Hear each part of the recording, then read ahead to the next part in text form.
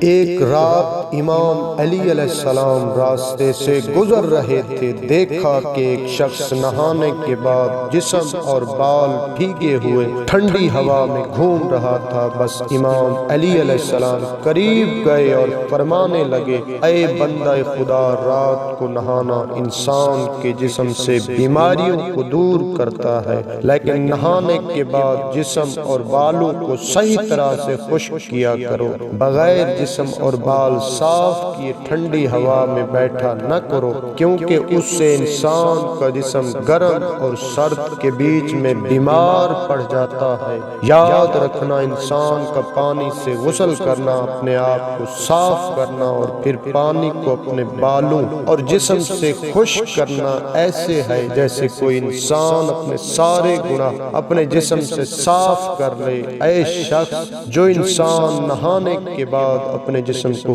خشک کرتا ہے اور پھر اللہ کا نام لے کے زندگی بسر کرتا ہے، تو اس کی مثال ایسے ہے جیسے وہ سارے گناہوں کو اپنے وجود سے مٹا کے پھر سے ایک نئی شروعات کر رہا ہے۔